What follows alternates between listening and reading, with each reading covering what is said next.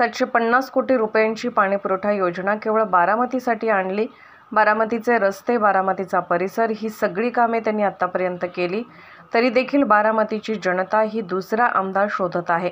बारामतीमध्ये फक्त अजित पवारच निवडणूक लढतील ही कार्यकर्त्यांची भावना आहे।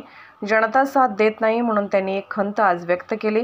याला राग म्हणता येणार नाही, ही केवळ एक खंत आहे। बारामतीसारखा शादीखाना जो आहे तो पुण्यात देखील नाही, तरीही मुस्लिम जनतेची मते मिळाली नाहीत। बारामतीकरांमध्ये अजित पवारांविषयी खूप आदर आहे।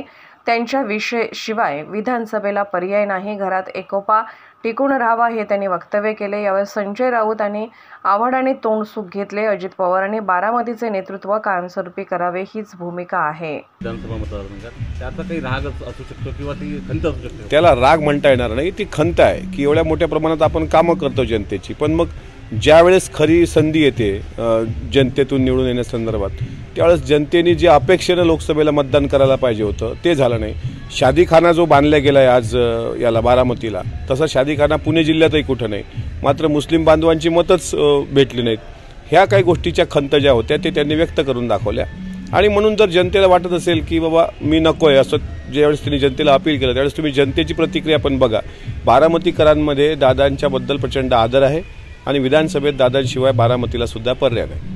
साहेब, एकंदरीत जे आता मध्यंतरी अजितदादांचं वक्तव्य आलं की कुटुंबात फूट पडली, चूक झाली किंवा बहिणीपासून दूर जाणं ही चूक होती बा, तर कुठंतरी त्याचाच हे असं की कुटुंबातली लढत टळली पाहिजे।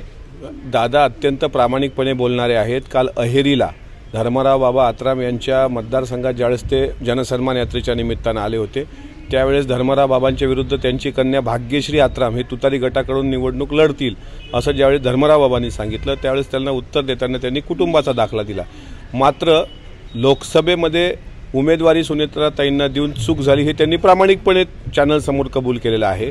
आणि काल जे त्यांनी वक्तव्य केलं ते वक्तव्य की घरात सलोखा एकत्र राहावा, आता त्यावर जितेंद्र आव्हाड आणि संजय राऊत यांनी तोंडसुख घेतलं।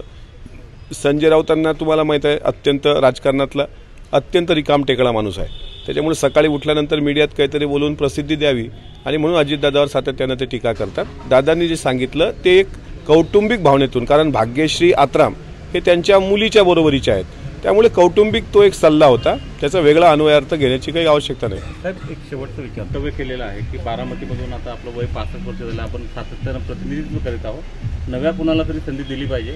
दादांचा निवडणूक लढण्याचा विचार नाही असा अर्थ प्रतीत होतो। एक लक्षात घ्या, इतक्या मोठ्या योजना 1990 ते 2024 इतके वर्ष सातत्यानं त्यांनी बारामती विधानसभेचं नेतृत्व केलेलं आहे।